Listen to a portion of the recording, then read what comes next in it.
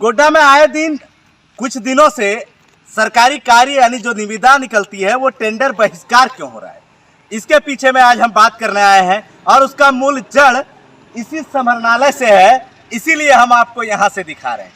आए दिन एनआरपी का टेंडर हुआ और टेंडर निकाली गई और निविदा निकली और निविदा के बाद संवेदकों द्वारा टेंडर बहिष्कार किया गया।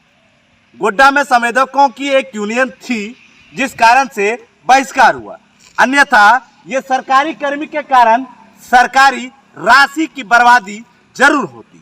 जी हाँ, एक टेंडर निकलता है एनआरपी के तहत और उनके बाद उसमें विज्ञापन की राशि खर्च की जाती है, लेकिन विभागीय पदाधिकारी तनिक भी अपना माइंड नहीं लगाते हैं कि हम जो टेंडर यानी जिस योजना के पीछे जो टेंडर दे रहे हैं उसमें जीएसटी 12% जोड़े हुए।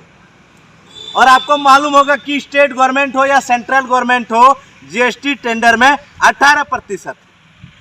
और इसलिए है क्योंकि निविदा जो निकाला गया, यह सरकारी कर्मी साफ तर्ज से कहेंगे कि निविदा पुराना है। तो आखिर साहब जब पुराना है, आप उसको राशि जब पेमेंट करेंगे उस वक्त क्या 12% की होगी या 18% की? जब टेंडर होता है और टेंडर के बाद जब संवेदक काम कर लेते हैं उनके बाद उनसे वर्तमान समय की जीएसटी वसूली जाती है, यानी उससे लिया जाता है, जीएसटी काटी जाती है। ऐसे स्थिति में संवेदक कैसे गुणवत्तापूर्ण कार्य करे, यह सबसे बड़ी सवाल है। यह समरणालय गोड्डा है और यहाँ से एक नहीं, एनआरपी बात करें, जिला परिषद बात करें, या तो आपको भवन निर्माण विभाग की बात करें या पीआईडी की बात करें, तमाम टेंडर कैंसिल होता जा रहा है। संवेदक हर जगह टेंडर नहीं डाल रहे हैं। अब बताइए कि एक निविदा निकालने में सरकार को लाखों रुपया की खर्च होती है, यानी सरकारी राशि विज्ञापन में खर्च करना पड़ता है।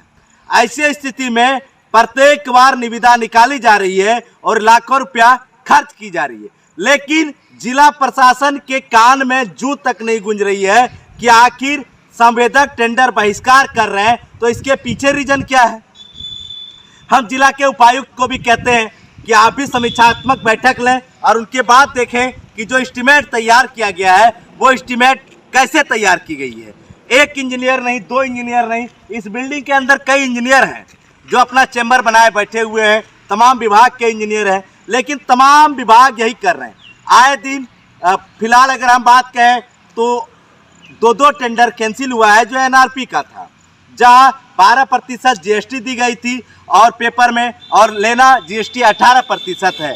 जहां काम जो वर्क ऑर्डर है, वर्क ऑर्डर पर अगर हम बात करें तो पुराना रेट है और नए रेट के सिरे से उसे स्टील खरीदना है, छड़ खरीदना है, रड खरीदना है, उसे सीमेंट खरीदना है, उसे गिट्टी खरीदना है, लेकिन उसके बावजूद भी टेंडर निकाल दी जाती है पुरानी रेट से। नए रेट की बात करें हम तो अभी के दौर में 6500 CFT स्टोन जो है प्रत्येक जगह पर मिल रहा है, लेकिन टेंडर की बात करें तो उसमें एस्टीमेट में कुछ रेट और ही है।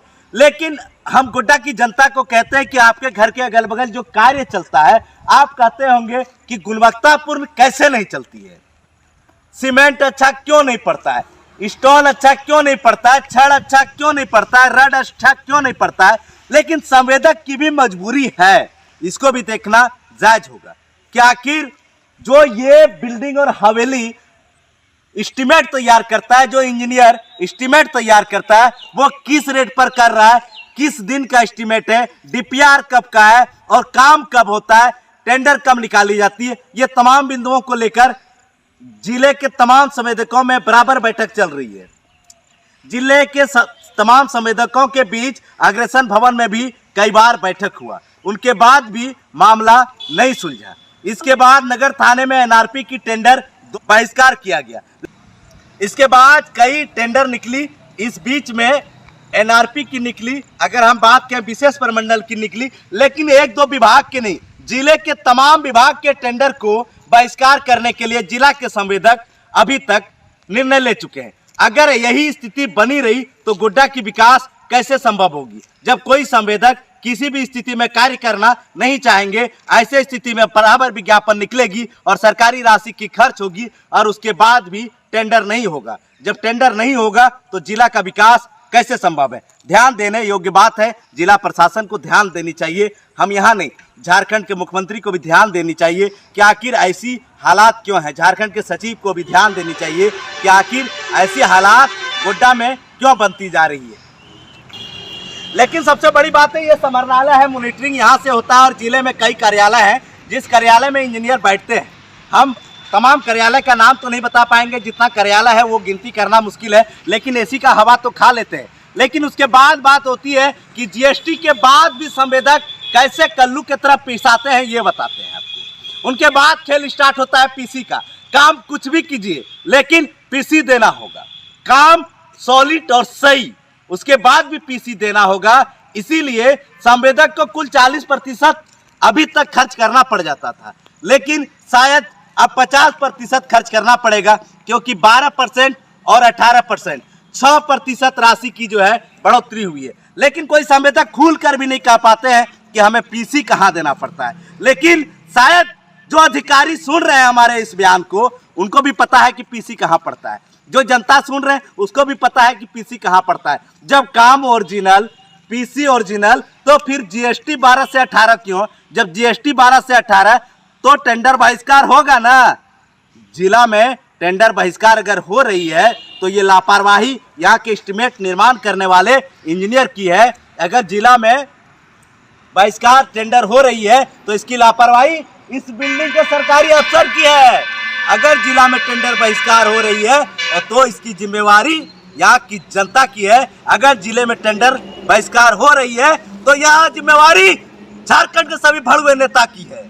ये आपको बता रहे हैं। नेता ही डीपीआर तैयार करवाता है कि हम किस योजना में कितने फंडिंग दे रहे हैं, और वो नेता जीएसटी अच्छी तरीके से जानते हैं, क्योंकि जीएसटी उन्हीं के द्वारा, या तो स्टेट का हो यानी हर विधायक हो वो जीएसटी निर्धारण करते हैं, या तो सेंट्रल का हो हर सांसद हो वही जीएसटी निर्धारण करते हैं। उसके बावजूद भी उन्हें यह पता नहीं है कि किस वर्ष में कौन सा टेंडर निकलेगा और उस टेंडर का जो हम डीपीआर तैयार करवा रहे हैं उसकी जीएसटी क्या होनी चाहिए।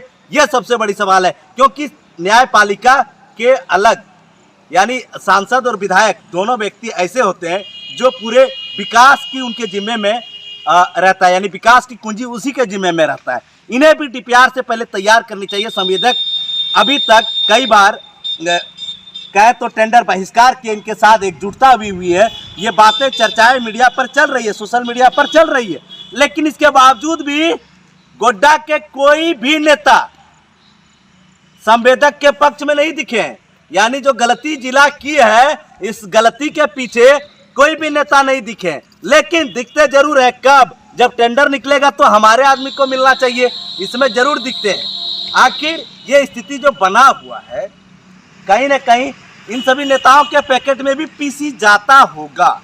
ये हम नहीं कर रहे, ये जाता होगा, ये चर्चाएं हैं। लेकिन जिला प्रशासन को इस पर ध्यान रखनी चाहिए। कुछ तस्वीर चल रही है, या तस्वीर को देखिए कि टेंडर बहिष्कार के दिन कैसे सभी संवेदक एक जिले में, अगर तमाम विभाग की बात कहें तो पूरा 152 संवेदक हैं। लेकिन क्या 152 संवेदक द्वारा जो निर्णय ली गई है ये कब तक सुनी जाएगी जिलाधिकारी द्वारा, या तो अगर हम कहें यहाँ के नेताओं द्वारा, ये सबसे बड़ी सवाल है। लेकिन क्या इनके बाद जीरो लाइन्स यानी इसको कहें कि एस्टीमेट का जो रवैया है वो एस्टीमेट सुधरेगा? अगर सुधरेगा तो फिर जिला की विकास होगी, अगर नहीं सुधरेगी, अगर हूट मचाए रखे संवेदक द्वारा कि हम जब तक कि नए एसवार तैयार नहीं हो जाती है तब तक टेंडर नहीं डालेंगे, तो ऐसे में गोड्डा की विकास अधूरी रहेगी और गोड्डा का विकास होना संभव नहीं है। ऐसे स्थिति में जिलाधिकारी से लेकर तमाम नेताओं को इस पर चिंतन करना चाहिए और तमाम नेताओं को